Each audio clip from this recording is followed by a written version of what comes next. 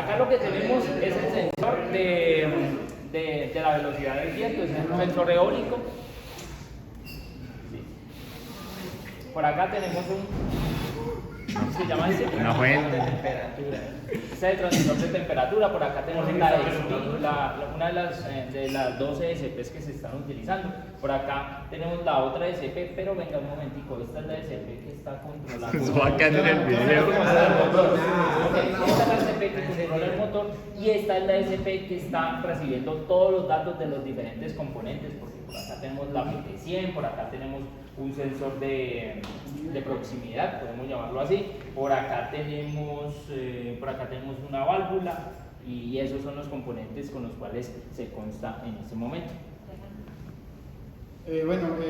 La finalidad del proyecto, como se propuso al inicio del profesor Harold, era tener una red de sensores, ¿cierto?, que nos capturaran variables físicas y posterior a ello guardarlas en una base de datos y visualizarlos en una interfaz gráfica. Nosotros en el primer corte tendríamos un poco, por así decirlo, la idea errónea con la que se llegó a la profe de física y se decidió implementar en este caso lo que es el lago. Como Fabio ya les explicó, es el lago y se pensó, ya que un compañero que no está presente tiene sus laguitos, ¿cierto? Y en la idea de todo, ¿cierto?, dijimos, pues vamos a automatizar. Sí, porque la idea era, pues se nos planteó usar cierta cantidad de sensores que miden diferentes parámetros, pero la idea era como plasmarlos hacia una problemática real, pues desde la parte de ingeniería. Entonces el compañero nos planteó que se tenía un lago. ¿Y qué se tiene en el lago? De cierta cantidad de levinos que se tiene pues para producción, digamos de 10.000 alevinos, 8.000 alevinos prosperan y se desarrollan en el lago donde están, y eso conlleva muchos factores, principalmente porque la mayoría de animales acuáticos, cuando no tienen un medio donde desarrollarse, pues no crecen lo suficiente, entonces se mueren. ¿Qué queríamos nosotros? Al lago principal, primero que todo, controlarle el nivel, ¿sí? Que estuviera, digamos, en un nivel óptimo para que los peces tuvieran un amplio sistema acuático donde habitar. Lo segundo era la temperatura, ya que estos peces no pueden convivir a temperaturas inferiores a 10 grados Celsius y a 25 grados Celsius. Entonces, por eso acá vemos que está una termocupla, que es con la que medimos la temperatura de este lago principal. Segundo, también digamos que por razones de inocuidad, pues los peces no siempre tienen que estar nadando en su mugre. Entonces, ¿qué teníamos? Un sistema de recirculación, donde acá encontramos la motobomba, que es la que nos transporta todo este agua hacia este tanque, donde se filtra, gracias acá a este sistema de filtro de carbón activado, pasando primero por acá por el sensor de flujo, ya que queríamos también saber a qué velocidad se drenaba el tanque, ¿no? Porque digamos en condiciones idóneas lo que el tanque se va a mermar su nivel sea por filtraciones del propio suelo, por temperatura muy poco, porque igual pues puede sí, pero es muy poco el nivel que va a mermar, más bien por filtraciones del suelo. Entonces era de los parámetros principales que queríamos controlar. Segundo, ya después de que llegara acá al tanque donde se filtra, también estábamos tomando otra temperatura, más bien como por saber a qué temperatura estaba, ya que también, digamos, otro de los problemas principales que tenemos en uno de estos sistemas es que cuando el agua se estanca, tiende a subir la temperatura. Entonces, de una vez con el flujo constante que teníamos allí, pues ayudaba eso a refrigerar el agua. No se puede. Cuando teníamos un nivel de 0%, la electroválvula estaba proporcional al nivel, la bomba. Lo que hacía era que cuando estaba al 0%, llenaba más rápido, o sea, daba el 100% de la bomba para que se llenara con mayor rapidez. Y a medida que iba subiendo hasta llegar al 100%, iba disminuyendo. Era inversamente proporcional al nivel. Cuando se llegaba al 100%, lo que hacíamos era desde la interfaz gráfica accionar la electroválvula para que nuevamente ya el agua filtrada retornara a la pecera. Y pues allí por cuestiones pues de la caída del agua, pues ahí también tenemos una oxigenación del mismo. Bueno, como todo proyecto, este constó de ciertas fases, que fue primer corte, segundo corte y ya ahorita finalizando la semana, que fue iniciando pues, con el problema que se planteó, cómo lo íbamos a solucionar, qué íbamos a utilizar, cómo lo íbamos a utilizar.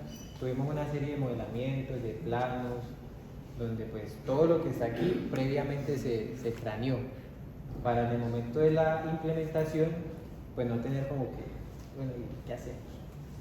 Entonces fue una etapa bastante elegante porque fue gestionar logística, costos, aquí pues hay unos gastos, unos inversionistas,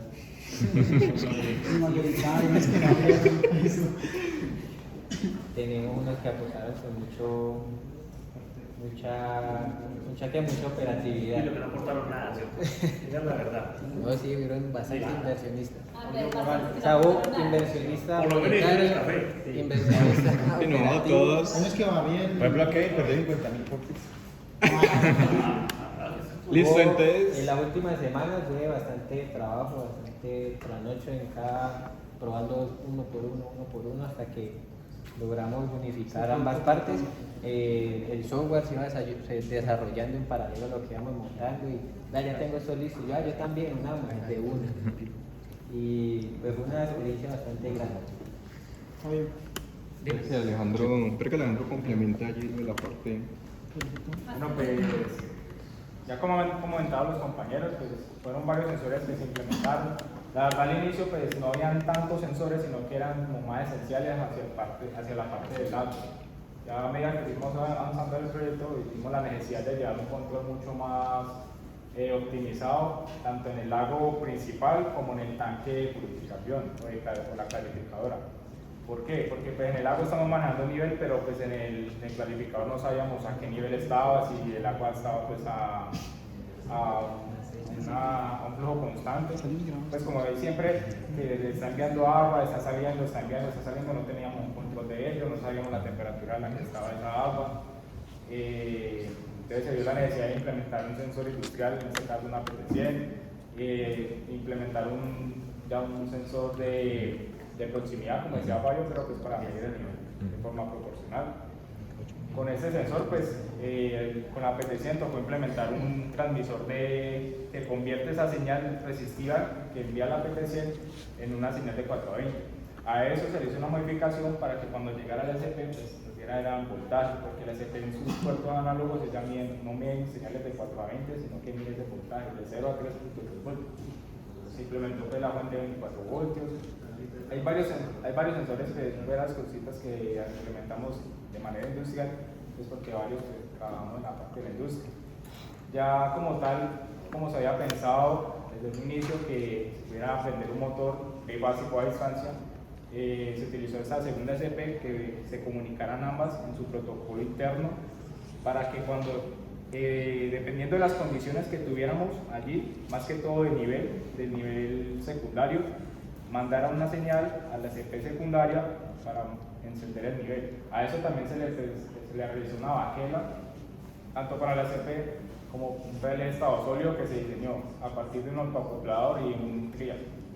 Con esto ya estábamos completamente seguros de que las fluctuaciones de la red no iban a afectar la SP.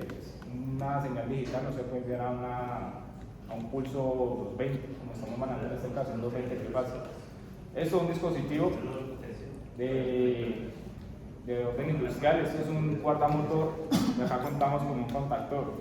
Este dispositivo es el que ya me permitía energizar el motor y a partir de la CP enviamos el pulso a la bobina de este dispositivo para que energizara y así me enclavara el motor. En este caso no podemos hacer la prueba, pero pues ya la muestra lo vimos funcionando.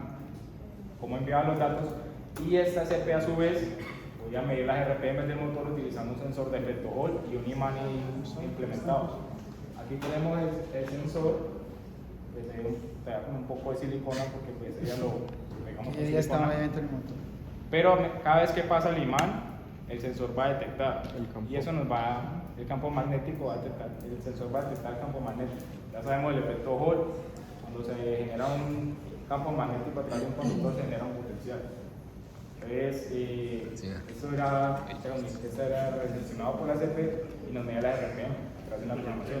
Esa RPM nos las devolvía a la CP principal y ya con eso pues nosotros teníamos otro control de un sistema que estaba pues lejos. Por ejemplo, esto llevándolo a un nivel más real podría ser la implementación de un oxigenador de agua. El agua se está oxigenando por caída, pero es necesario pues ayudarle a los peces a que tengan una mayor oxigenación. Con ese motor lo podemos hacer. Y es necesario medir las RPMs porque como estamos en un sistema que tiene agua, puede estar expuesto al sol, también a la agua lluvia, necesitamos saber si el motor encendió o no. Porque yo estoy aquí en mi puesto de control y yo mando a prender, pero pues el motor está digamos a 1 kilómetro, pues yo no voy a ir a caminar 1 kilómetro a ver si el motor prendió, o se disparó, o se quemó. Entonces con esto pues es una forma de darme cuenta que el motor está funcionando en óptimas condiciones y a las RPMs que debe funcionar.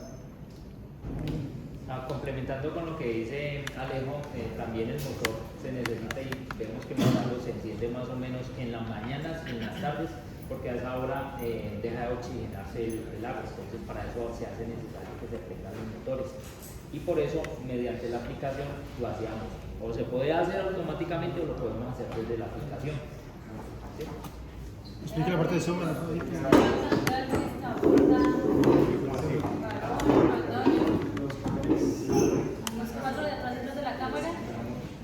Estoy grabando, bro. Esa es la baquela de entrega de Estados Unidos. Tuvimos un pequeño problema, pero el momento de la soldadura y un pequeño problema. Ahora, de pronto, si los compañeros pues, que están poniendo cuidado se preguntan qué es este dispositivo, un sensor anemómetro. Con él queríamos censar la velocidad del viento. Digamos que en parte acá podemos ver que el sensor está completamente aislado y acá realmente acá no tiene funcionalidad. Sin embargo, si lo llevamos como estábamos planteando a un terreno real, con él podríamos determinar la velocidad del viento y pues con estos cálculos meteorológicos que existen, saber si predecir si va a llover. Porque otra de las, digamos, condiciones que puede tener o no para que prospere la vida acuática de estos alevinos también puede ser el pH del agua. Las lluvias ácidas. Las lluvias ácidas, exacto. Entonces, al predecir, digamos, que vaya a llover, podríamos tomar una medida de acción para esto. Realmente el sensor de pH no se implementó, o sea, lo consideramos, pero es que es un sensor bastante costoso. Ustedes acá ven cosas que uno dice son costosas, pero era porque la mayoría los teníamos. Pero pues ya disponer para el presupuesto para el sensor solamente y que no le íbamos a dar un buen aprovechamiento, entonces por eso no se implementó. Sin embargo, está la utilidad. Bueno, entonces como desde el principio se planteó de que tenía que ser con el lenguaje de programación Java. Nosotros ayer le dijimos que están tranquilos. Creo que tal vez. Sí, es que si podía arrimar, arrimaba. De todas maneras, pues como se planteó con GEDER, Sí, para eso es. íbamos a hacer la grabación. Lo mismo, realmente no.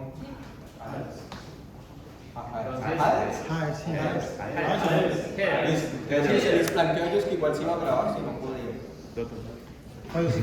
Bueno, entonces se había planteado que íbamos a desarrollar en la plataforma Java. Pues los dispositivos, todos muy bacanos, todo eso, pero sin la interfaz gráfica, pues como que no tenía tanto sentido, pues tener tantos sensores y no poder mostrárselo al usuario.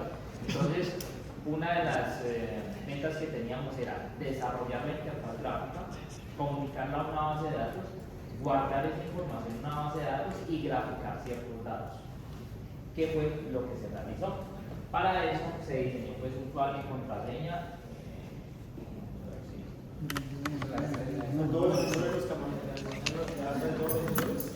Ahí lo tenemos para 3 sensores, pero si hubiese hecho como Sí, todas, sí, esta misma base de datos.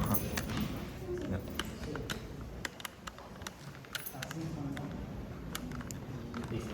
Y ingresamos a la base de, si yo no hubiese tenido, digamos, la contraseña correcta, obviamente me hubiese sacado. Entonces, lo que haríamos sería buscar el puerto. Ese fue el primer problema que se tuvo, porque es que Java o los nuevos sistemas operativos de Windows no tienen